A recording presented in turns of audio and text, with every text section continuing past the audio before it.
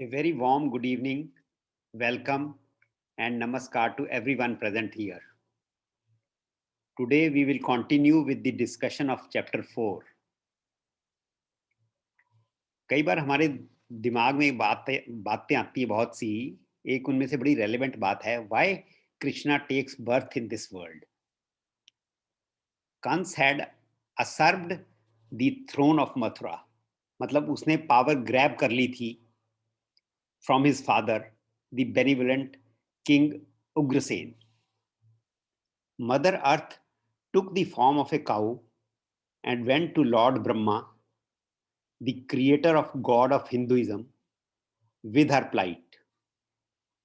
Lord Brahma then summoned Lord Vishnu, who assured Mother Earth that he would take birth as Lord Krishna to end this tyranny, the cruelty of the king, Kans. With these words, I request Shri Surinder Goyal ji for a sweet bhajan to start with our program. Goyal साहब please unmute कर लीजिएगा. हाँ जी, सभी को प्रणाम.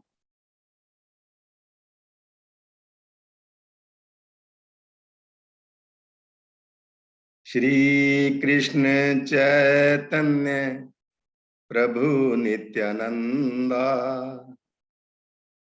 हरे कृष्ण हरे राम राधे गोविंदा.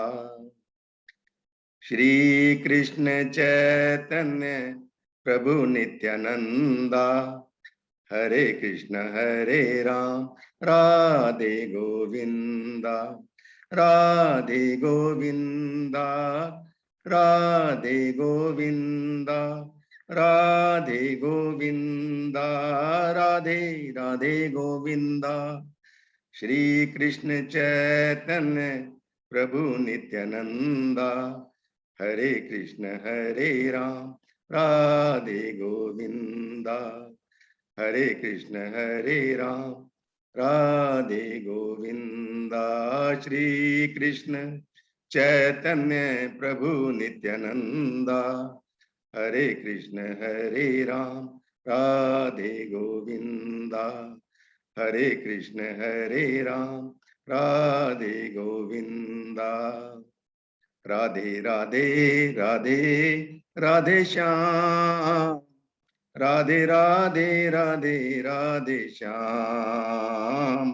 राधे राधे राधे राधे श्याम, राधे राधे राधे राधे श्याम. राधे राधे राधे राधे श्याम, राधे राधे राधे राधे श्याम. राधे राधे राधे राधे श्याम, राधे राधे राधे राधे श्याम. राधे राधे राधे राधे श्याम. श्री कृष्ण गोविंद हरे मुरारे, हे नाथ नारायण वासुदेवा. श्री कृष्ण गोविंद हरे मुरारे, हे नाथ नारायण वासुदेवा. हे नाथ नारायण वासुदेवा, हे नाथ नारायण वासुदेवा. हे नाथ नारायण वासुदेवा, हे नाथ नारायण वासुदेवा. श्री कृष्ण गोविंद हरे मुरारे, हे नाथ नारायण वासुदेवा. श्री कृष्ण गोविंद हरे मुरारे, हे नाथ नारायण वासुदेवा. राधे राधे राधे राधे श्याम, राधे राधे राधे राधे श्याम. राधे राधे राधे राधे श्याम, राधे राधे राधे राधे श्याम. श्री कृष्ण चैतन्य प्रभु नित्यानंदा, हरे कृष्ण हरे राम राधे गोविंदा। हरे कृष्ण राधे गोविंदा। नमस्कार। Thank you, Goel ji, बहुत सुंदर। for the nice bhajan. Now I request Mr. V.N. Rai ji to please unmute himself and start the sermon.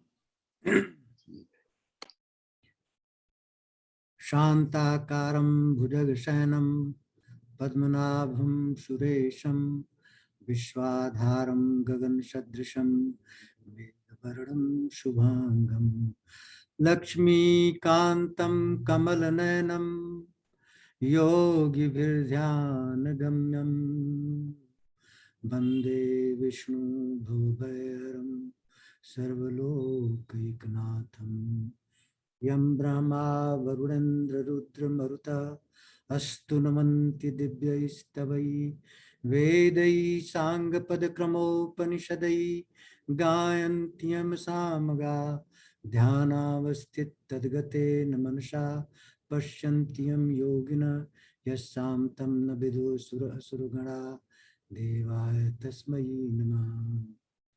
प्रविश्य नगर की जय सब काजा हृदय राखी कौशलपुर राजा गरल सुधारि पुकरे मिताई गोपद सिंधु अनल सुतलाई गरुड़ सुमेर रेणु समताही राम कृपा कर चितवा जाई।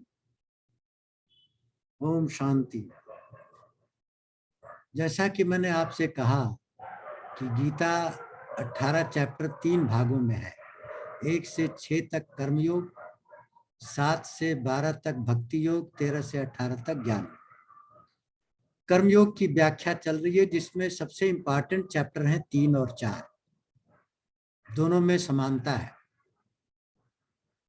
चैप्टर 3 में यज्ञ को ही कर्म कहा। अन्नाद भवन्ति भूतानि पर्जन्यो, यज्ञ जो है सृष्टि चक्र को चलाती है। चौथे चैप्टर में उसी को कंटिन्यूड रखा भगवान ने, और चौथे चैप्टर को 4 भागों में हम बांट सकते हैं। पहला भाग है श्लोक 1 से 10 तक, जब भगवान कंटिन्यूड किए हैं तीसरे चैप्टर को और अर्जुन को बता रहे हैं कि अर्जुन, जिस योग की व्याख्या मैंने की है, इस योग को पहले मैंने सूर्य को बताया, सूर्य ने मनु, मनु ने इक्ष्वाकु, और उस तरह परंपरागत प्राप्त ऋषियों द्वारा ये चलता रहा। और कालांतर में ये गायब हो गया, क्योंकि जितने राजा थे ऋषित्व खत्म हो गया, भोक्तित्व केवल रह गया। उसी योग को मैं आज तुमको बता रहा हूं। इस पूरे चैप्टर में 42 श्लोक में केवल एक ही प्रश्न अर्जुन का है। वो ये है कि कहते हैं आप कैसे सूर्य को बताएं, आप तो अभी पैदा हुए, सूर्य तो बहुत पहले पैदा हुआ था, तो कैसे मान लो कि आप सूर्य को बताएं। इसका उत्तर देते हुए भगवान आगे बढ़ते हैं कि मेरे तेरे बहुत सारे जन्म हुए, मैं सब जानता, तू कोई नहीं जानता। क्यों?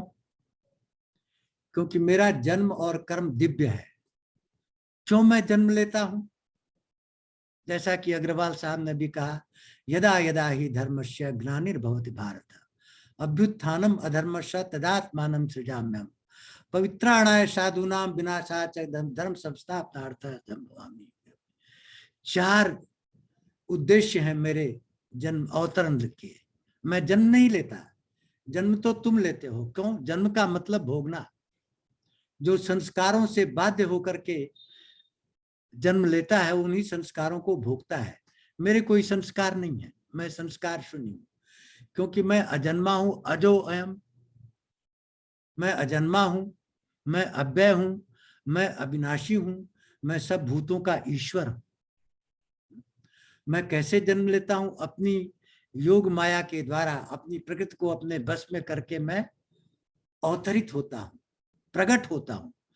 मैं पहले भी था, अब भी हूं, बाद में हूं, अभी प्रकट हुआ। क्यों? 4 चीजों के लिए। पवित्राणाय साधु नाम, भक्तों के लिए मैं होता हूं। लक्ष्मण गीता में लक्ष्मण ने कहा है निषाद राज को कि निषाद राज राम ब्रह्म परमार्थ रूपा, अभिगत अलख अनादि अनुपा, सकल विकार रहित रस भेदा, कह नित नेति मनावई वेदा। राम ब्रह्म रूप है, विकारों से रहित है। वेद इनको नेति नेति कहता है। भगत भूमि भू सुर सुर भी सुरहित लागी कृपाल, करत चरित धरि मनुज तन, सुनत मिटहि जगजाल। भक्तों के लिए, पृथ्वी के लिए, भगत भूम भूसुर ब्राह्मणों के लिए, सुरभि गैया के लिए और सुर देवताओं के लिए, इन पांचों की रक्षा करने के लिए बहुत सारे कष्ट सहते हैं, लीला करते हैं। उस लीला को सुनकर के भी मनुष्य जो है पार हो जाता है, ज्ञान को प्राप्त हो जाता है। तो पवित्राणाय साधु नाम, साधुओं की रक्षा के लिए, विनाशाचाय धर्म दुष्टों का विनाश के लिए, धर्म की स्थापना के लिए, धर्म को भगाने के लिए समय समय पर जगह जगह पर मैं अवतरित होता हूं। मेरा जन्म दिव्य है क्योंकि मैं अज हूं, अविनाशी हूं, अव्यय हूं। मेरा कर्म दिव्य है क्योंकि कर्मों में मैं लिप्त नहीं होता, उनके फल की इच्छा नहीं है, इसलिए कर्म भी दिव्य है। तो ये 1 से लेके 10 चैप्टर तक तो अपने अवतरित होने का कारण उन्होंने बताया कि मैं इस संसार में क्यों अवतरित होता हूं अर्जुन। इसीलिए अवतरित होता है कि ये 4 ही कारण है मेरे अवतार लेने के, और मेरा जन्म कर्म सब दिव्य है। और इसी तरह जो लोग मेरे इस दिव्यता को जान लेते हैं वो भी ब्रह्म ही बन जाते हैं। बीतराग भय क्रोधा मनमना मन आसिता, भवो ज्ञान तपसा पूता मद भाव आगता। बहुत सारे लोग जिनके 3 चीजें गायब होती हैं। क्या? भूत में राग, प्रेजेंट में क्रोध और भविष्य में भय। ये तीनों गायब हो गए, वो मेरे भाव को आ गए, मेरे में आ गए। फिर भगवान ये भी कहते हैं कि ये यथा माम प्रपंदन ताम तथैव भजाम में हम, जो मुझे जिस प्रकार भजता है मैं भी उसको उसी प्रकार भजता हूं। मतलब जो मुझे पिता मानता है मैं उसको पुत्र मान लेता हूं, जो मुझे सखा मानता है मैं उसे सखा मान लेता हूं। जैसा नाता मानता है मैं उस नाते को निभाता हूं। अर्जुन से नाता सखा और भक्त का है। अब भगवान आगे कहते हैं क्या कि 2 तरह की याचक होते हैं संसार में। एक भगवान की शुद्ध ब्रह्म की उपासना करते हैं और दूसरे देवताओं की उपासना करते हैं। जो दूसरे देवताओं की उपासना है वो एक व्यवसाय है। व्यवसाय क्या होता है? आप पैसा देते हो, आपको प्रोडक्ट मिलता है। आप देवता की आराधना करते हो, आपके कामना की पूर्ति कर देता है, बस। इसलिए ये व्यवसाय है। पुत्र की कामना, अपने व्यवसाय की कामना, अपने फल की कामना। लेकिन भगवान ने ये भी कहा, अब आगे करके कहते हैं कि 4 तरह के लोग हैं इस सृष्टि में। कौन कौन से? ब्राह्मण, क्षत्रिय, वैश्य, शूद्र। किसके अनुसार? अपने गुणों के अनुसार। सत्व गुण जिनमें प्रधान है वो ब्राह्मण है, सत्व थोड़ा और रजस प्रधान है वो क्षत्रिय है, रजस और थोड़ा सा तमस है वो वैश्य है, और पूरी तरह से तमस है वो शूद्र है। कहते हैं चारों के चारों अपने संस्कार को लेकर के इस संसार में आए हैं, और उस संस्कार को अगर निकलने दें, स्वतंत्रता दें उसको बाहर निकलने की, तो चारों का उद्धार हो जाएगा। दूसरे के धर्म को पालन करने की जरूरत नहीं है। अपना धर्म कितना भी बेकार हो, उसी से मोक्ष मिल जाएगी। दूसरे का धर्म भयावह है। उसके बाद भगवान दूसरे पार्ट में क्या बताते हैं? कर्म क्या है, अकर्म क्या है, विकर्म क्या है। जब कर्मों में कल्पना, आसक्ति, इच्छा, फल में कल्पना, आसक्ति, इच्छा सब कुछ मिट जाती है, तो वो सारे कर्म अकर्म हो जाते हैं। कर्म करते हुए भी हम कुछ नहीं करते हैं, वही उसका मतलब है। ये कब होता है? हमारे अंतःकरण जो सात्विक अहंकार से बने हैं, मनचित बुद्धि अहंकार, उसमें जब बुद्धि आत्मा तत्व की तरफ चिपक जाती है, और मन भी उसके साथ चला जाता है, तो बचे क्या, शरीर और इंद्रियां अपना काम करते रहते हैं, ये अकर्म हो गया, क्योंकि मन और बुद्धि उसमें नहीं है। ये क्रिया नहीं आपको बांधती है, भाव आपको बांधते हैं। क्रिया में बांधने की शक्ति नहीं है, कर्म में बांधने की शक्ति नहीं है, भावना में बांधने की शक्ति है। किस भावना से कर्म कर रहे हो? तो जब आपके अंतःकरण की बुद्धि और मन आत्मा की तरफ चले गए,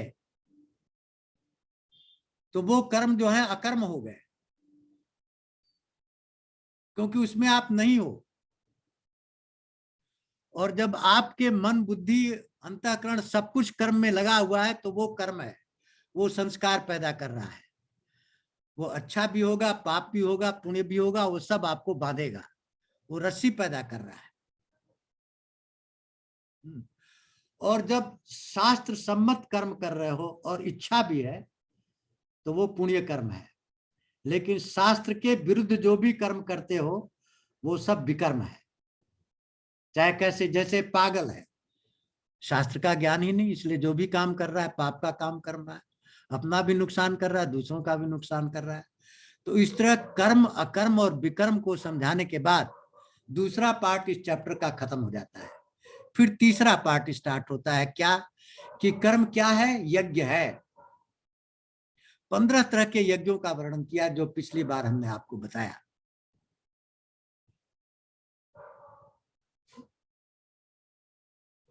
जब सब चीज ब्रह्म हो जाए, जिसको अद्वैत कहते हैं, तो एक तरह का यज्ञ होता है, सबसे उच्च कोटि का यज्ञ। सबके लिए पॉसिबल नहीं है। फिर नीचे उतरते हैं, आत्मा को परमात्मा, दो है, यहां द्वंद्व है, द्वैत है। आत्मा को परमात्मा में समर्पित करना, ये दूसरा यज्ञ है। ये भी बहुत मुश्किल है। फिर और नीचे उतरते हैं, इंद्रियां भागती अपने विषयों के पीछे, उनको भागने न देना, संयम के द्वारा उनको रोकना, संयम रूपी अग्नि में भस्म कर देना, ये तीसरा यज्ञ है।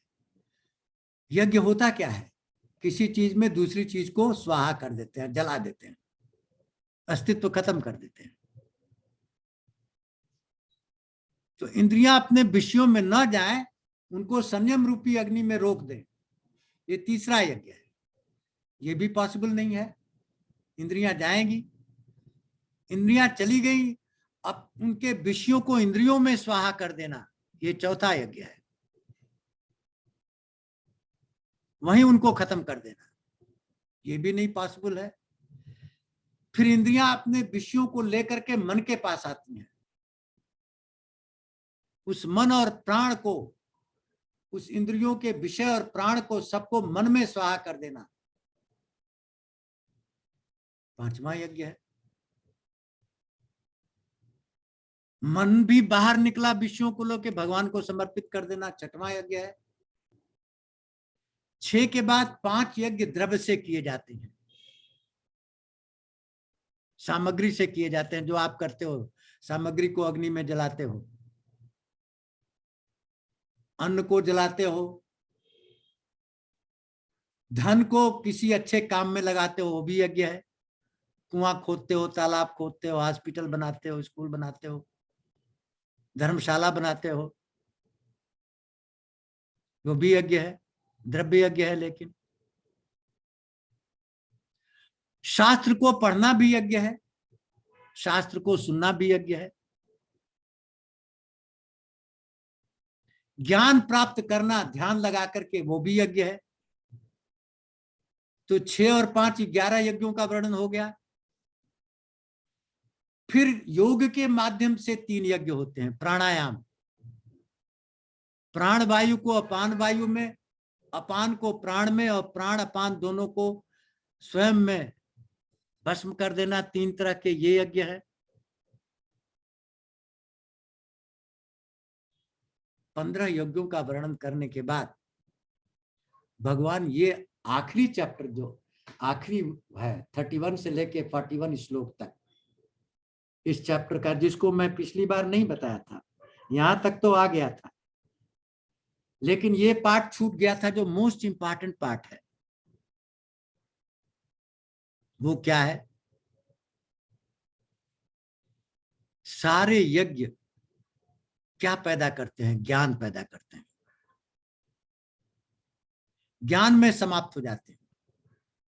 जितने कर्म हैं उनको आप ज्ञान रूपी अग्नि में जला दिए, भस्म हो गए।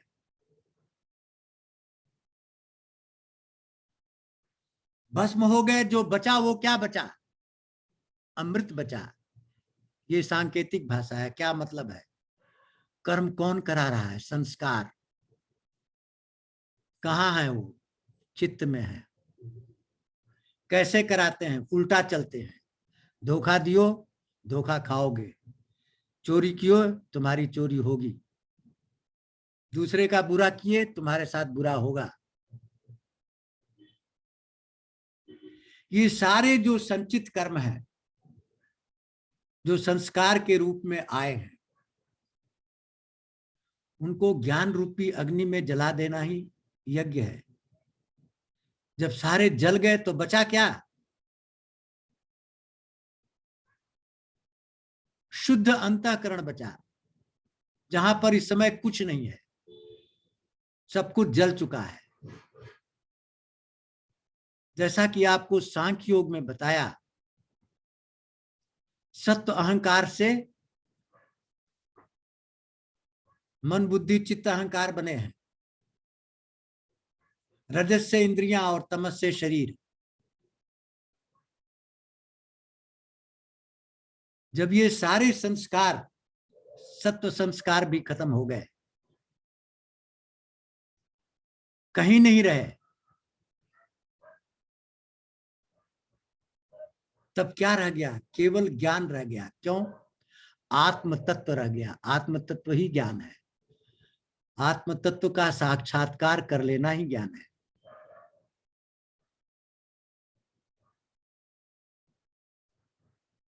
आप अपनी आवश्यकताओं की पूर्ति के लिए संसार में जाते हो,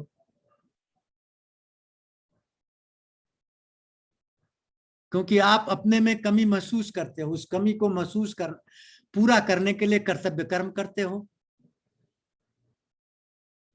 आत्मा पूर्ण है, उसमें कोई कमी नहीं है।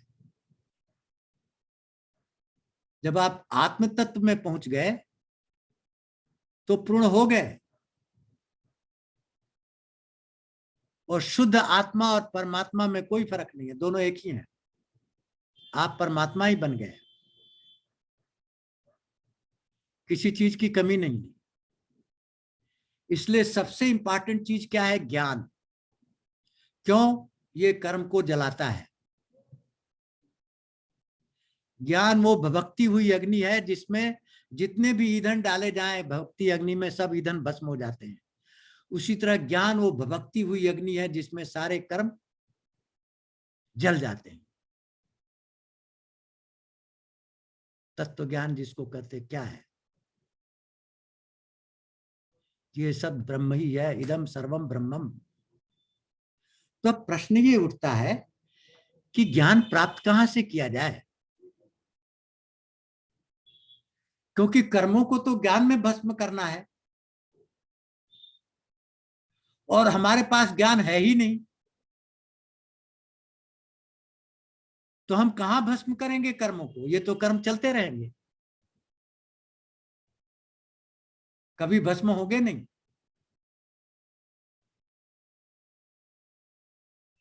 तो कर्म को भस्म करने के आखिरी इस चैप्टर में 3 उपाय बताए गए हैं जो बड़े इंपॉर्टेंट हैं।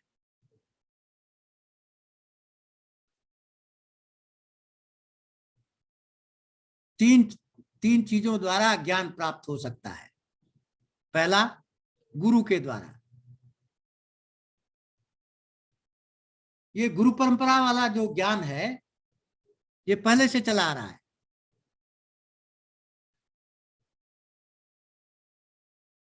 तो गुरु परंपरा में एक शिष्य होता है, एक गुरु होता है। वहां डिफाइन करते हैं कि शिष्य के एट्रीब्यूट्स, क्वालिटी क्या होनी चाहिए शिष्य बनने के लिए। अगर शिष्य शिष्य नहीं है तो गुरु ज्ञान नहीं देगा। गुरु से प्राप्त करने के लिए आपके अंदर पात्रता होनी चाहिए।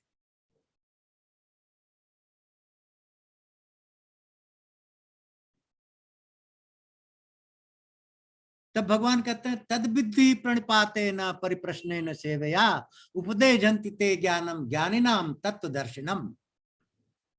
गुरु तत्वदर्शी होना चाहिए, ज्ञानी होना चाहिए, पंडित होना चाहिए, पाखंडी नहीं।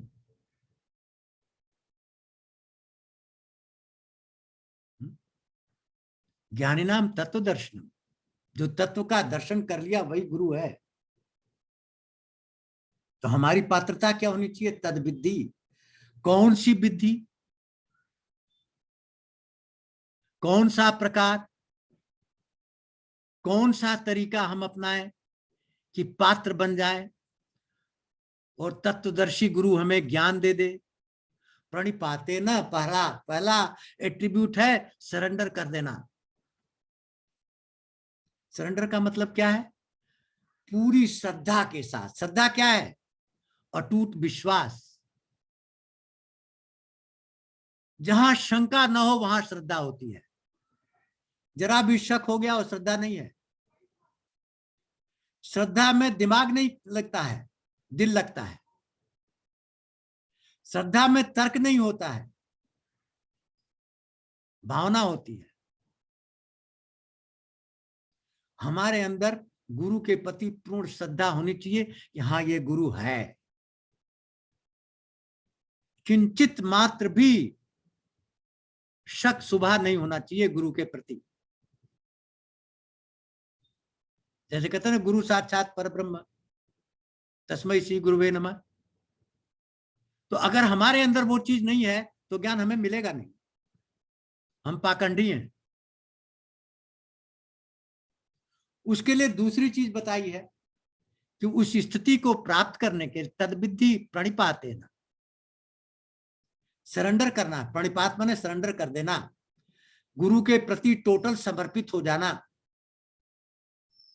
गुरु कहे कुआं में कूद जाओ, सोचना नहीं है। गुरु कहे आग में कूद जाओ, ये प्रणिपाते न है। क्योंकि आपको पूरा विश्वास है कि गुरु मेरी रक्षा करेगा, ये प्रणिपाते न। परिप्रश्न न, गुरु से परिप्रश्न करना है, सांसारिक प्रश्न नहीं करना है, दिव्य प्रश्न करना है। क्या ब्रह्म क्या है, संसार क्या है, मैं क्या हूं, माया क्या है, बंधन क्या है, मोक्ष क्या है, निर्वाण क्या है, ये परिप्रश्न है। क्यों कहा? क्योंकि कुछ लोग पहले जाके गुरु की ही एग्जामिनेशन करने लगते हैं, परीक्षा लेने लगते हैं। पात्रता खत्म हो गई।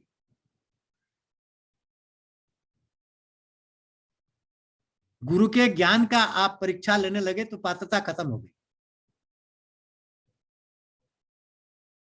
या अपनी विद्वता दिखाने के लिए गुरु के सामने भाषण देने लगे तभी पात्रता खत्म हो गई।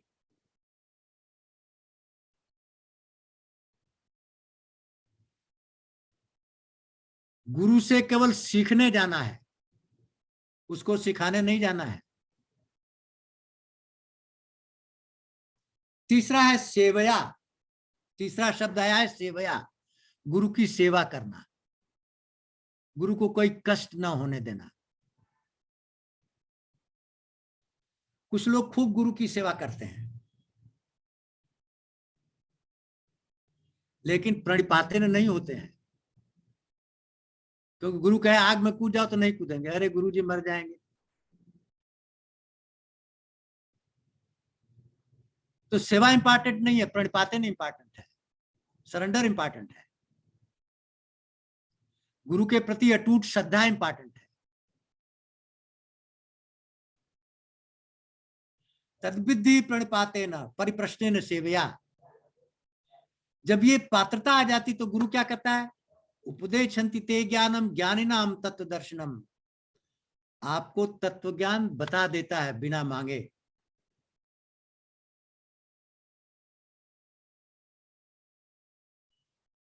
ज्ञान आपको दे देता है, अपने अंतःकरण से आपके अंतःकरण में ट्रांसमिट कर देता है ज्ञान, अंतःकरण की भाषा से, वाणी की भाषा से नहीं। आपके अंतःकरण में ज्ञान उतार देता है। क्यों? क्योंकि आपका अंतःकरण शुद्ध हो चुका है, सरेंडर कर दिया है, संसार से अलग हो गया है अंतःकरण, गुरु को ही ब्रह्म मान लिया है।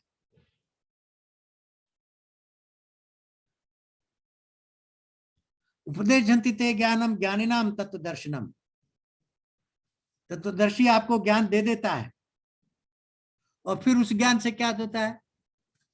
उस ज्ञान को प्राप्त करने के बाद फिर आप मोह में नहीं फंसते हो, फिर अंधकार अज्ञान में नहीं जाते हो।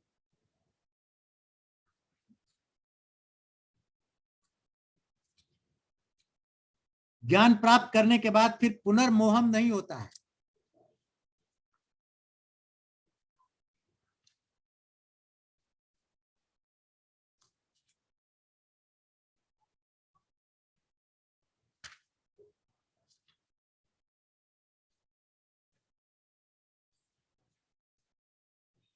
तो तद्विद्धि प्रणिपातेन प्रश्नेन सेवया उपदेशन्ति ते ज्ञानम ज्ञानिनाम तत्वदर्शनम यस् ज्ञात्वा न पुनर्मोहम यास्यसि पांडव येन भूतान अशेषेण दक्ष आत्म अन्यथो यथा। रिजल्ट क्या होता है? तत्व ज्ञान जब आपको प्राप्त हो जाता है तो उसकी परीक्षा कैसे हो कि तत्व ज्ञान मुझे मिल गया। भगवान ने गुरु ने ट्रांसमिट कर दिया हमारे अंतःकरण में तत्व ज्ञान, वहां एक प्रकाश हो जाता है अंतःकरण में। अभी अंधकार था, आवरण था, वो अंधकार मिट करके प्रकाश हो जाता है। उस प्रकाश में क्या दिखाई देता है? कि सारा विश्व, जितने भूत हैं, सब मेरे में और भगवान में दिखाई दे रहे हैं। आप इसको ऐसे समझिए, आपके शरीर में ट्रिलियंस ऑफ सेल्स हैं, हर एक सेल अपना काम भी कर रहा है और शरीर को स्वस्थ रहने के लिए दूसरों से कोऑपरेट भी कर रहा है, और अपने को समझता है कि मैं पार्ट ऑफ बॉडी हूं। हर एक सेल ये समझने लगता है, अपने अंदर ही एक बॉडी समझता है और अपने को बॉडी के अंदर भी समझता है। इसी तरह तत्वज्ञान आने पर हर एक जीवात्मा के संस्कार जब हट जाते हैं तो जीवात्मा क्या है? आत्मा प्लस विकार। विकार जैसे मिटे, गुरु ने मिटा दिया विकार, बच गई आत्मा। तो आत्मा में सारे भूत दिखाई देंगे और सारे भूत ब्रह्म में भी दिखाई देंगे। यही उसकी परीक्षा है कि तत्व ज्ञान मिल गया। जब तक ये ना हो तब तक समझो ज्ञान नहीं आया है आपके अंदर, अभी भी आवरण है, अभी भी अंधकार है, अंतःकरण में संस्कार हैं। जब गुरु ज्ञान देगा तो प्रकाशित ज्ञान से आप क्या देखोगे? सारे संसार को अपने में और भगवान में भी देखने लगोगे। यही उसकी टेस्ट है। और तब भगवान कहते हैं आगे कि इस स्थिति को प्राप्त करने के बाद बड़े से बड़ा पापी, बड़े से बड़ा दुष्ट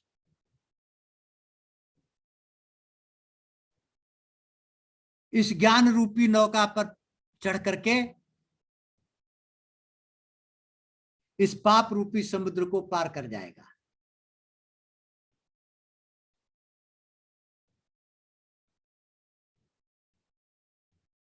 क्योंकि ये ज्ञान क्या है? धधकती हुई अग्नि है। अंतःकरण में धधकती हुई अग्नि ज्ञान रूप में प्रकट हो गई। जब अंतःकरण में धधकती हुई प्रकाश अग्नि पैदा हो गई तो जितने कर्म होंगे सब उसमें भस्म हो जाएंगे, सारे अकर्म बन जाएंगे। उन्हें बांधने की जो रस्सी है वो जल जाएगी।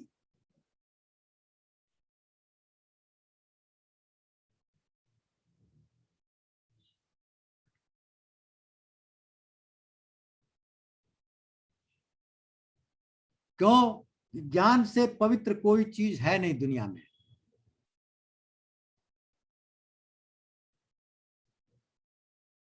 लेकिन ज्ञान शुद्ध अंतःकरण में ही उतरता है।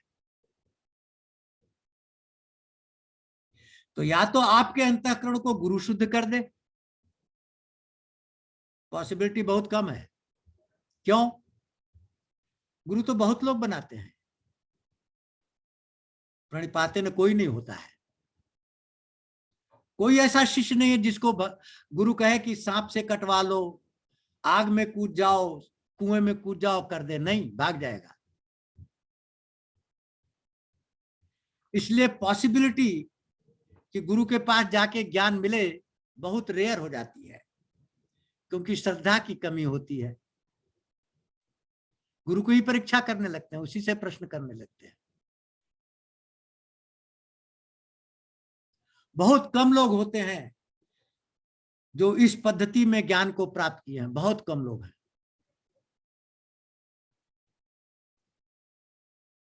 1 in trillion।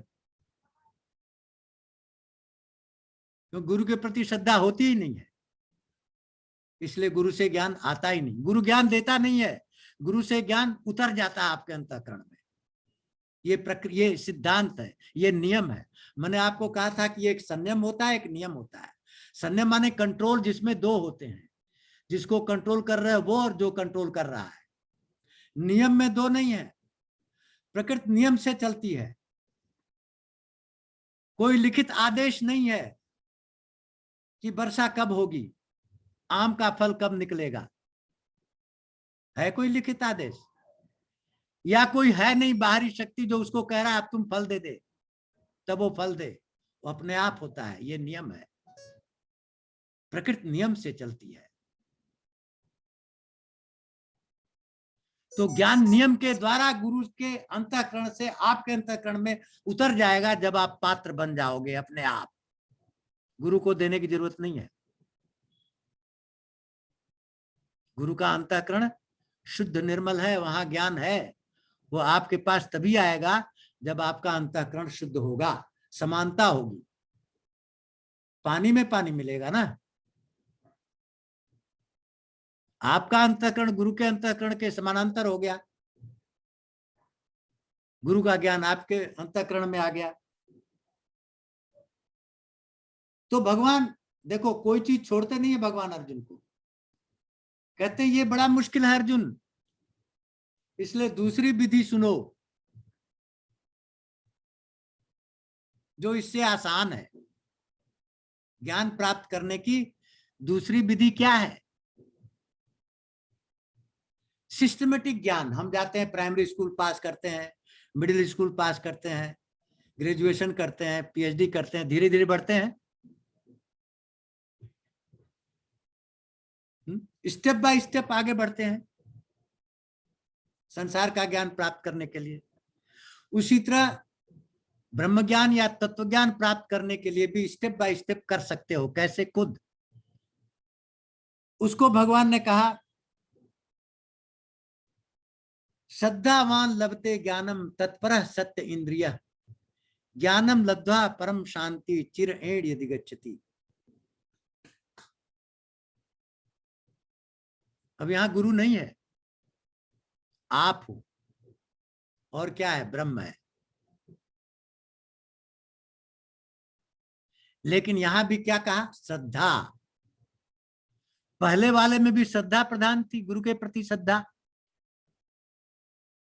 श्रद्धा नहीं थी आपके अंदर, क्योंकि श्रद्धा होती तो गुरु के सारे आदेशों को बिना सोचे समझे पालन करते। नहीं करते हो। जहां हान होती है वहां भाग जाते हो। इसलिए श्रद्धा की कमी है। अब भगवान दूसरा उपाय करे, तुम अपने में श्रद्धा पैदा करो। गुरु में तो तुम्हारी श्रद्धा नहीं थी अर्जुन। श्रद्धावान बनो। श्रद्धावान कौन होता है? जिसके पास श्रद्धा हो। गाड़ीवान कौन है? जिसके पास गाड़ी हो। ज्ञानवान कौन है? जिसके पास ज्ञान हो। वान लग जाने से उसको पजेस करता है। तो तुम श्रद्धावान बनो। श्रद्धावान लभते ज्ञानम। श्रद्धावानों को ज्ञान मिल जाता है अर्जुन। मांगना नहीं पड़ता है।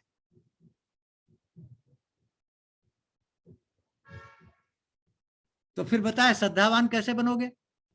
2 गुण होने चाहिए तुम्हारे अंदर।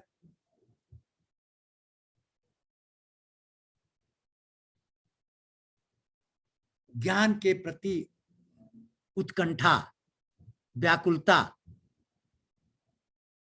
कि मिलना ही है, ज्ञान प्राप्त करना ही है,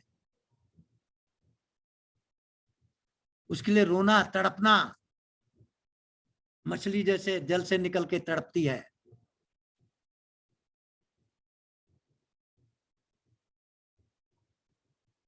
तो 2 एट्रीब्यूट बताया उसके लिए। तत्पर सत्य इंद्रिय। तत्पर माने रिलेंटलेस कंटिन्यूअस। रिलेंटलेस कंटिन्यूअस की उपमा किससे दी जाती है? झरने से। झरने का पानी 1 सेकंड भी रुकता नहीं है, लगातार चलता है। तो आपकी तत्परता, रिलेंटलेसनेस उस झरने की तरह होनी चाहिए।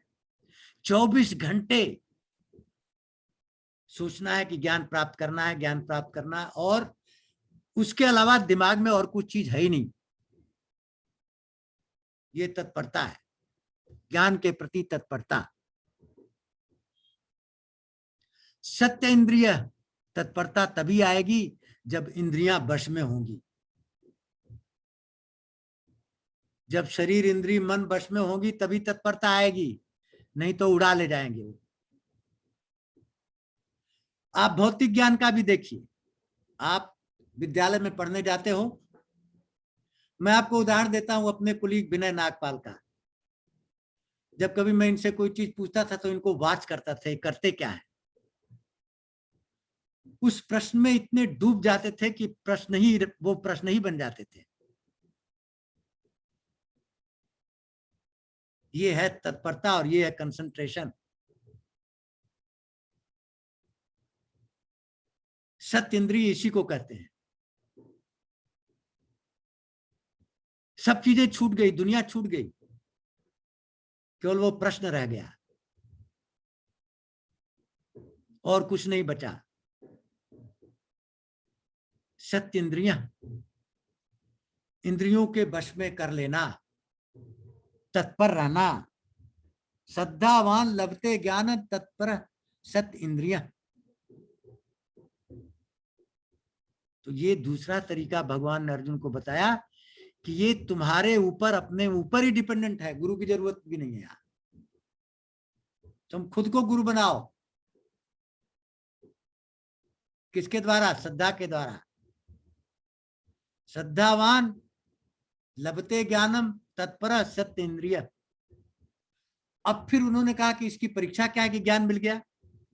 वहां तो परीक्षा थी कि जब सारे विश्व को अपने में और भगवान में दिखने लग जाए तो समझो तत्व ज्ञान आ गया है, भेद मिट जाए, 2 ना रहे, सब एक ही रह जाए। पहले में ये था। दूसरे में क्या है? इसमें क्या है? ज्ञानम लब्ध्वा परम शांति चिरणेदि गच्छति। ज्ञान प्राप्त होने के बाद वो शांत हो जाता है, परमानेंट शांति मिल जाती है। शांति का मतलब क्या? न कुछ करना चाहता है, न पढ़ना चाहता है, न देखना चाहता है, न सुनना चाहता है, न गुनना चाहता है, न मनन करना चाहता है, सब छूट गया।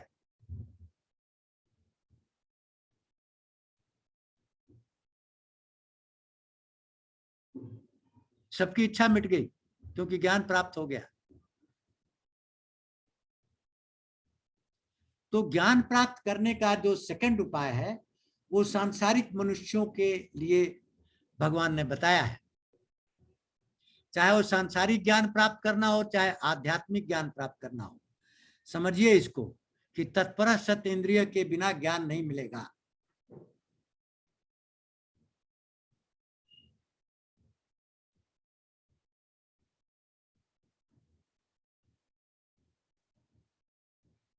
अब तीसरा उपाय भगवान बता रहे हैं अर्जुन को, जो कि इस अध्याय का फाउंडेशन है, स्रोत है।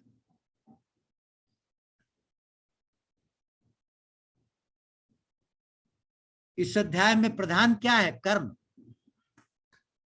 कर्म को जला देना। कर्म को अकर्म कर देना।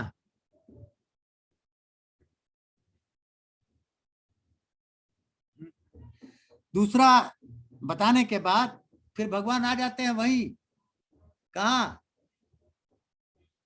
अपनी कर्म थ्योरी पर आ जाते हैं।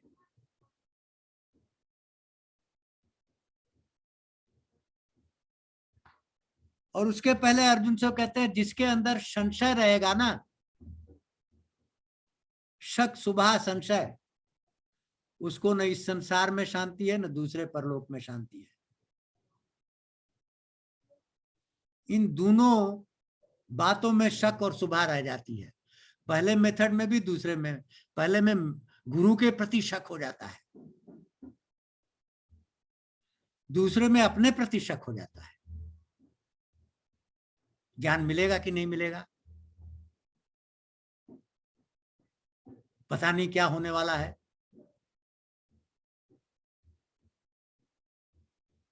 और ये संशय क्या है? आप दही कैसे बनाते हो? दूध में जोरन डाल देते हो, दही बन जाती है, और विकृत जोरन डालने से दूध फट जाता है। तो पूरे समुद्र को आप दूध से भर दीजिए और एक बूंद जोरन विकृत डाल दीजिए, पूरा समुद्र फट जाएगा।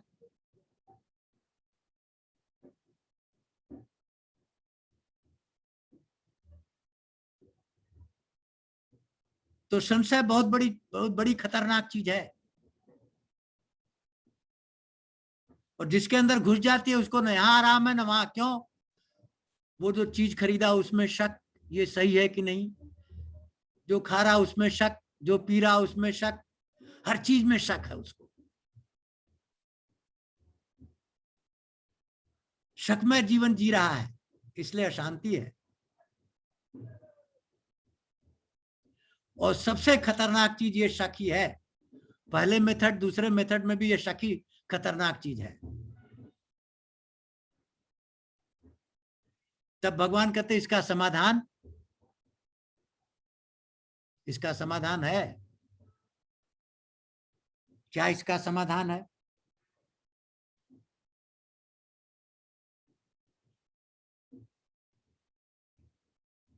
भगवान की जो धुरी है, फाउंडेशन है, वो क्या है? कर्म को अकर्म बना देना। कर्म अकर्म बन गया तो संस्कार बने नहीं, और उसके बाद विवेक पैदा हुआ तो संचित कर्म भी नष्ट हो गए, ज्ञान की उत्पत्ति हो गई।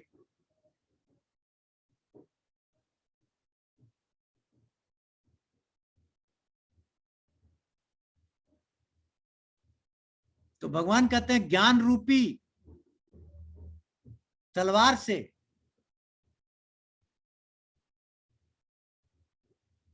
इस संशय को काट दो। तलवार तीखी होगी तभी कटेगा, ज्ञान तीखा होगा तभी कटेगा। संशय अधूरे ज्ञान से नहीं कटेगा।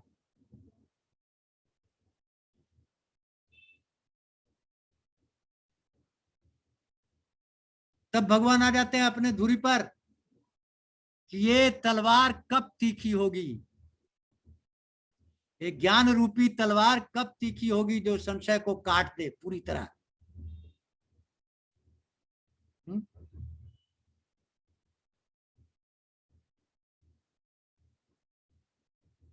जब सारे कर्मों को भगवान को समर्पित कर दो, यही भक्ति है।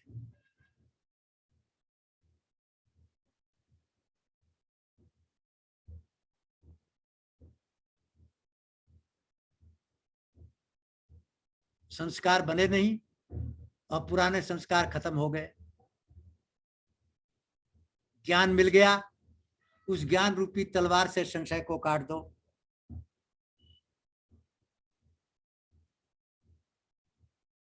तो इस तरह के मनुष्य को ये कर्म नहीं बांधेंगे। बांधने की रस्सी जल गई, इसलिए कर्म पर ही आ गए। एंड में सब कुछ कहने के बाद घूम फिर करके वहीं अर्जुन को लगा दिए। क्या? निष्काम कर्म करने से सब काम बन जाएगा।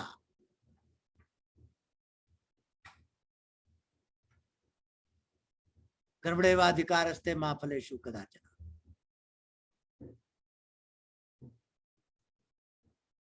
इसलिए अर्जुन निष्काम कर्म की शरण में चला जा, उससे प्राप्त विवेक के द्वारा ज्ञान रूपी तलवार से संशय को काट दे और कर्मों के बंधन से मुक्त हो जाएगा तू। अर्जुन क्या सोच रहा है? कर्म बांधते हैं, हत्या करने से पाप लगेगा। आप पूरे संसार की भी हत्या कर दो, लेकिन अगर कर्म में आसक्ति नहीं है, फल में आसक्ति नहीं है, इच्छा नहीं है, कल्पना ही नहीं है, कोई पाप नहीं लगेगा। निष्पाप रहोगे। पाप तब लगता है जब आपकी कल्पना उसमें आ जाती है, आपकी कामना उसमें आ जाती है, आपकी आसक्ति उसमें आ जाती है, आपकी भावना उसमें आ जाती है।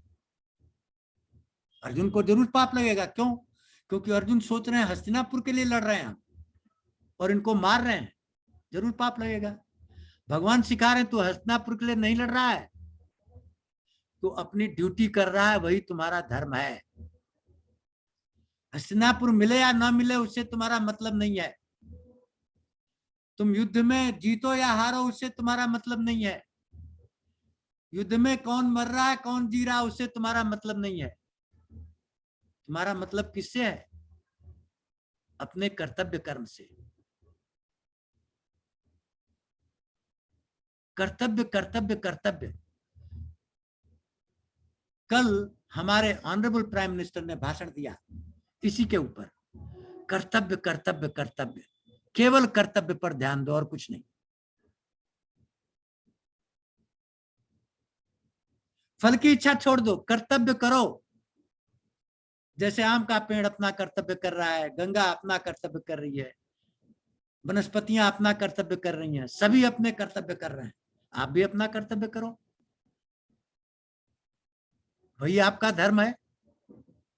क्योंकि आप एक किसी चीज के लिए बने हो, क्या है वो? आपके संस्कार जो लेकर के आए हो वही है, वही कराएंगे कर्तव्य आपसे।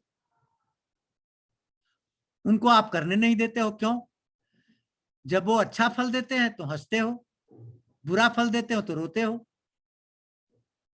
फिर दोबारा संस्कार बन जाता है और चित्त में जाके फिर चिपक जाता है। इसलिए तरीका क्या है? चाहे ज्ञान यज्ञ हो, चाहे ज्ञान हो, चाहे कर्म मार्ग, चाहे भक्ति मार्ग, सब में एक ही सूत्र है, समता। ज्ञान में 38 श्लोक में सेकंड चैप्टर में कहा, सुख दुखे समय कृत्वा लाभा लाभो ज्याजो ततो युद्धा युद्धस्य नामे पापे वापसी। अर्जुन सुख दुख द्वंद से पार हो जाओ, पाप नहीं लगेगा। और कर्म में क्या कहा? 47 श्लोक में कर्मण्येवाधिकारस्ते, 48 में योगस्थ कुरु कर्माणि संगम त्यक्त्वा धनंजय सिद्ध सिद्धो समत्तो भूत्वा समत्तम योग युच्यते। सफलता असफलता में सम रहना यही योग है। लाभ हानि में सम रहना यही ज्ञान है। तो चाहे ज्ञान की बात करो, चाहे कर्म की बात करो, समता ही तो मूल है।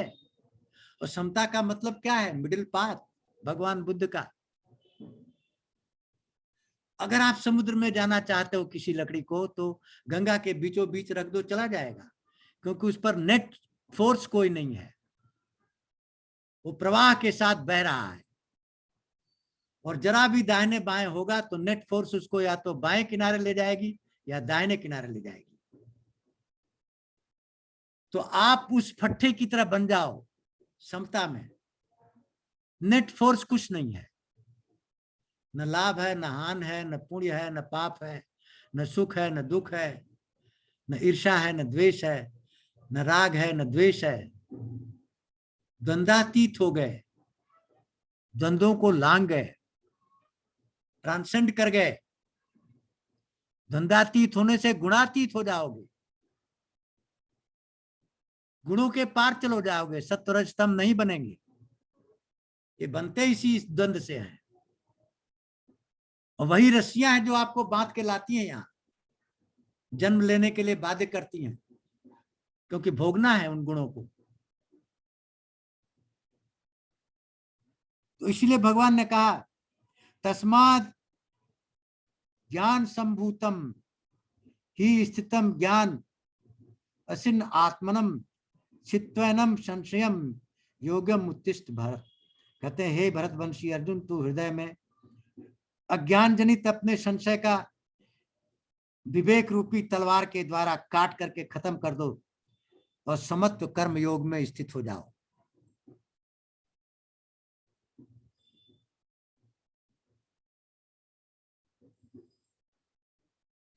तो इस तरह ये चौथा अध्याय का समापन यहां होता है।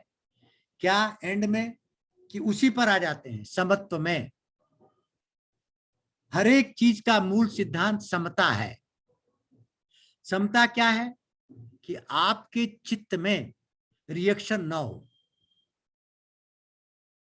देखने से, सुनने से, सूंघने से, स्पर्श करने से, चखने से अगर चित्त में कोई रिएक्शन नहीं है तब आप समता में आ गए, और अगर रिएक्शन है तो समता नहीं है।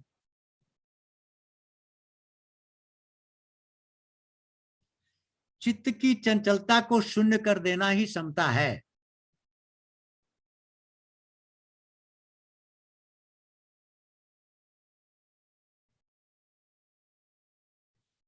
और चित्त की चंचलता को सम करने का सरल उपाय क्या है? सबसे सरल उपाय 24 घंटे अपने को वॉच करना कि किस परिस्थिति में हम रिएक्शन दे रहे हैं, क्योंकि 24 घंटे हम रिएक्शन मोड में रहते हैं। थोड़ा शांत हो जाओ, परिस्थिति हुई, शांत रहो, देखोगे चित्त चंचल हो रहा है। क्यों? रिएक्शन दे रहा है। इग्नोर कर दो उसको। लेकिन आप इग्नोर नहीं करते हो। अगर आपके अनुकूल है तो हंसते हो, प्रतिकूल है तो रोते हो। इसकी प्रैक्टिस करो रोज 24 घंटे। 24 घंटे देखो कि रिएक्शन क्या हो रहा है और मैं क्या कर रहा हूं। क्या मैं रिएक्शन के बस में हूं या मैंने रिएक्शन को ओवर पावर कर लिया? किसने आपको गाली दी, तुरंत आपने गाली दिया, डंडा लेके दौड़ाए। लेकिन नहीं, गाली दिया, आप शांत रहो थोड़ी देर तक। गाली कहां गई? चित्त में गई, मेमोरी में गई। गाली आपने पहले भी खाई है, इसलिए आपको पता है चित्त में कि ये गाली है। अगर कभी गाली नहीं खाई होती तो कुछ पता ही नहीं चलता। बालक को कुछ नहीं पता चलता है। एक बालक जो पैदा हुआ वो केवल हंसता और रोता और सोता है, क्योंकि उसको ज्ञान ही नहीं है किसी चीज का। जब वो 6 महीने का होता है तो आग में कूदने के लिए तैयार है, कुएं में कूदने के लिए तैयार है। क्यों? ज्ञान नहीं है। लेकिन एक बार जब माँ आग के पास उंगली उसकी ले जाती है और गर्मी लगती है तो समझ जाता है कि ये आग गर्म है, जलाएगी। फिर वो जिंदगी भर चित्त में उसकी छाप है कि आग जलाती है, और जब भी आग देखेगा उससे बचेगा। जो चित्त में इस तरह से सारे संस्कार पड़े हुए हैं, वही आपका स्टैंडर्ड है। जब ज्ञान इंद्रियां कोई चीज बाहर से लेके अंदर इनपुट डालती हैं तो वो इनपुट मन जो है चित्त के पास भेजता है, और चित्त डिसीजन देता है, संकल्प विकल्प करता है। ये आग है, ये जलाती है, ये पानी है, ये भिगाता है, ये हवा है, ये सुखाती है। और फिर मन जो है उस संकल्प विकल्प को बुद्धि को प्रेजेंट करता है। बुद्धि फाइनल डिसीजन लेती है।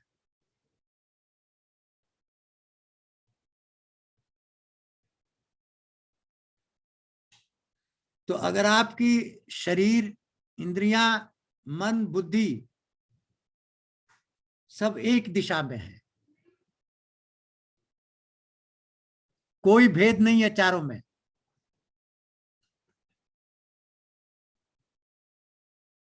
जिसको कहते हैं integrity. He is a man of integrity.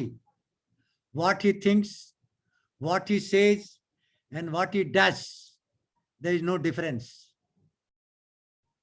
Lack of integrity माने सोचते कुछ हैं, बोलते कुछ हैं, करते कुछ हैं।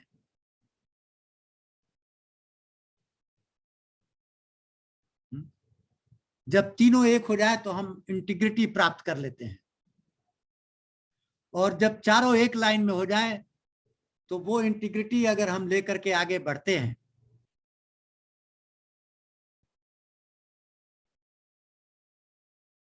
तो फिर क्या करते हैं, हम अपना अवलोकन करते हैं,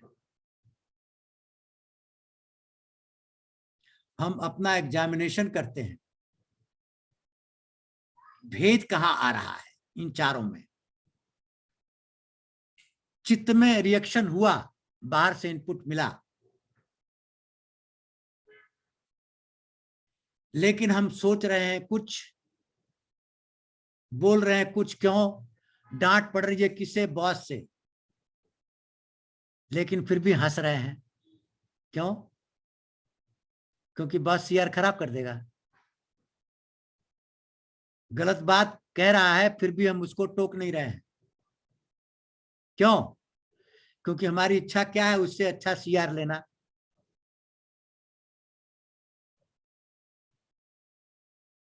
इसलिए भेद हो गया। सोच रहे हैं कि गलत है लेकिन उस पर एक्ट नहीं कर रहे हैं।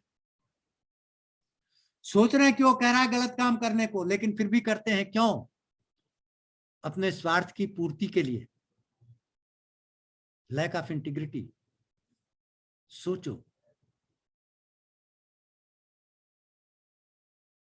लेकिन वहीं आप उसको नकार देते हो, नहीं ये नहीं होगा, ऐसा नहीं हो सकता। तो क्या आपके अंदर भय पैदा होता है कि सीआर खराब होगा? अब ये भय ही तो दुश्मन है। भगवान ने क्या कहा? बीत राग भय क्रोधा, इन तीनों को छोड़ना है। राग, क्रोध और भय, तीनों से मुक्ति पानी है। मुक्ति कौन पाएगा? जो एथिकल होगा, जो इंटीग्रिटी वाला होगा, जिसको किसी से लेने देने की इच्छा नहीं है, जो अपने कर्तव्य कर्म पर चलेगा, जो अपनी ड्यूटी को ही धर्म मानेगा। चाहे उससे लाभ हो चाहे हानि, उससे मतलब नहीं। चाहे उससे दुख हो चाहे सुख, उससे मतलब नहीं। चाहे सफल हो चाहे असफल हो, उससे मतलब नहीं। कर्तव्य कर्म कर रहे हैं। यही तो तत्व ज्ञान है। और क्या है? यही तो समता है कि हर परिस्थिति में अपने कर्तव्य को पकड़े हुए हैं। न दाहिने जा रहे हैं न बाएं जा रहे हैं, न दाएं किनारे पर जाएंगे न बाएं किनारे पर, सीधे समुद्र में चले जाएंगे। हम कहाँ चलेंगे? पूरे पार ब्रह्म परमेश्वर में चले जाएंगे। यही तत्व ज्ञान है। समता में रहना और अपना कर्तव्य कर्म करना। अर्जुन उड़ जाओ, कर्म करो। कैसे? समता में रह के। जीतने के लिए मत करो, सिंहासन के लिए मत करो, मारने के लिए मत करो, बचाने के लिए भी मत करो। तुम्हारा कर्तव्य जो है वही करो, उसमें जो मर जाए उससे कोई मतलब नहीं। यही असली ज्ञान है जो अर्जुन को दे रहे हैं कि तू तो सोच रहा है पितामह को कैसे मारूं, गुरु द्रोण को कैसे मारूं। तू मारने की नियत से युद्ध कर रहा है। हम तुम्हें कह रहे हैं वो छोड़ दे, मारने वाली नियत छोड़ दे, कर्तव्य पथ पर आ जा। कंटकों से पूर्ण है कर्तव्य का पथ। कांटे हैं इस रास्ते में, बड़ी परेशानियां होती हैं, लेकिन पर इसी में फूल सुख के फूलते हैं। शांति और सुख इसी रास्ते में मिलती है अंततोगत्वा। त्याग देते जो पथिक भयभीत होकर, जो भय के मारे इसको छोड़ देता है, कर्तव्य को, चापलूसी में लग जाता है बॉस के, अधर्म कर देता है, त्याग देते जो पथिक भयभीत होकर, वे निराशा की निशा में भटकते हैं, भूलते हैं। निराशा ही लगती है बहाती अश्रु उनकी मूर्खता पर भाग्य भी, व्यर्थ मानव जन्म को उन्मूलते हैं। मानव जन्म मोक्ष के लिए मिला है, देवताओं को भी मोक्ष चाहिए तो मानव बनना पड़ेगा, और किसी योनि में मोक्ष नहीं है, केवल मनुष्य योनि में ही मोक्ष का प्रावधान है। देवता को भी मनुष्य बनना पड़ेगा मोक्ष चाहिए तो, निर्वाण चाहिए तो। क्यों? क्योंकि और सब भोग योनियां हैं, अपने कर्मों को भोगने के लिए बने हैं। लेकिन हमें भगवान ने एक एक्स्ट्रा पावर दिया है मनुष्य को। क्या? विवेक, विजडम। उस विजडम को हम अंधकार से मोह के मारे ढक देते हैं, उपयोग नहीं करते उसका, विवेक का उपयोग नहीं करते। विवेक क्या है? प्रश्न करना और समझना, असली चीज क्या है, नकली चीज क्या है, डिस्क्रिमिनेट करना सही और गलत में, यही विवेक है। पुण्य और पाप में, धर्म और अधर्म में, यही विवेक है। वो विवेक हमें मिला है, हम उसका यूज नहीं करते, उसको दबा देते, कहते चुप रहो यार थोड़ी देर के लिए। अभी तो मैं गोभी ले जा रहा हूं बास को देने के लिए, क्योंकि मार्च का महीना है, सीआर लिखेगा। कहूंगा कि ये मेरे किचन गार्डन की पहली गोभी है, आपको दे रहा हूं। वो कहीं नहीं जाते, अंधेरी निशा में भटकते रहते हैं, कभी शांति नहीं मिलती, कभी चित्त शांत नहीं होता, हमेशा चंचलता में घूमता रहता है, विचलित करता रहता है, स्थिरता प्राप्त नहीं होती। और स्थिरता प्राप्त नहीं होगी तो न तो संसार का ज्ञान होगा, न आध्यात्म का ज्ञान होगा। आध्यात्मिक ज्ञान और सांसारिक ज्ञान दोनों के लिए स्थिरता जरूरी है, चित्त की स्थिरता,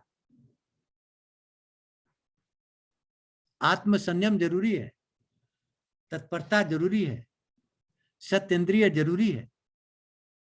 इसलिए भगवान अर्जुन को एंड में आके बता दिए, कर्तव्य कर्म कर, ज्ञान रूपी तलवार से संशय को काट दे। और ज्ञान कब मिलेगा? कर्तव्य कर्म करने से, समता में रहने से। तो इस तरह यहाँ पर इस चैप्टर का समापन होता है। हाँ, अगला अध्याय 5वां अगली बार होगा। तो प्रभु श्रीनगर की जय, सब काजा, हृदय राख कौशलपुर राजा, गरल सुधा रिपु करे मिटाई, गोपद सिंधु अनल सितलाई, गरुण सुमेर रेन समताही, राम कृपा कर चितवा जाई। जय श्री राम। तो भगवान कृष्ण का चौथा अध्याय खत्म हो गया आज। राइट सर, वेरी नाइस, मजा आ गया। इस अध्याय का नाम है ज्ञान कर्म संन्यास। ज्ञान के द्वारा कर्म संन्यास लो। जब ज्ञान आएगा तो कर्म अपने आप छूट जाएगा। कौन सा कर्म? सकाम कर्म। तब सारे कर्म अकर्म बन जाएंगे। ज्ञान आने पर सारे कर्म अकर्म बन जाएंगे, बांधने की ताकत खत्म हो जाएगी। चैप्टर विच तो अग्रवाल साहब यहीं खत्म करते हैं। Right sir, right sir, right. Thank you. अब किसी को प्रश्न हो तो पूछे, कोई बात नहीं। सर वो कह रहे हैं कि गुरु से प्रश्न नहीं किया जाना चाहिए। नहीं, गुरु से अगर प्रश्न किए तो फिर आप पात्र नहीं हो, क्योंकि गीता करिए अटूट विश्वास होना चाहिए गुरु में, अटूट श्रद्धा होना चाहिए गुरु में। यस, समझे? ऐसा विश्वास देखो, इसको इसका एग्जाम्पल देखो। क्या गुरु ने एकलव्य ने किसको गुरु बना लिया? मिट्टी के द्रोणाचार्य को।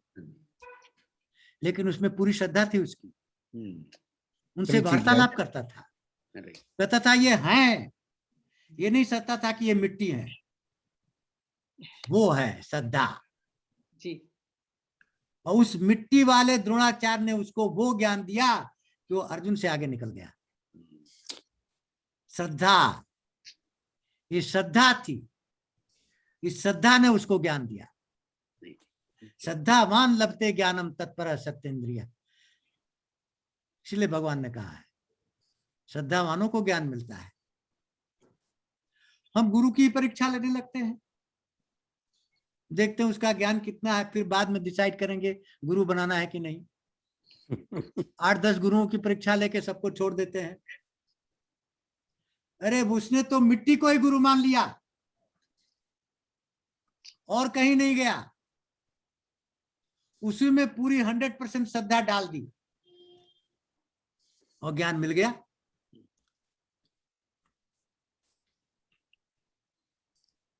और आप लिविंग गुरु को भी नहीं मानते हो, उसकी रोज परीक्षा लेते हो, उसके सामने अपनी विद्वता दिखाते हो कि हम बहुत जानते हैं गुरुजी, बहुत ज्ञान है मुझे, तो आपकी पात्रता वहीं खत्म हो जाती है। परिप्रश्न न सेवया कहा है, गुरु को संतुष्ट करो।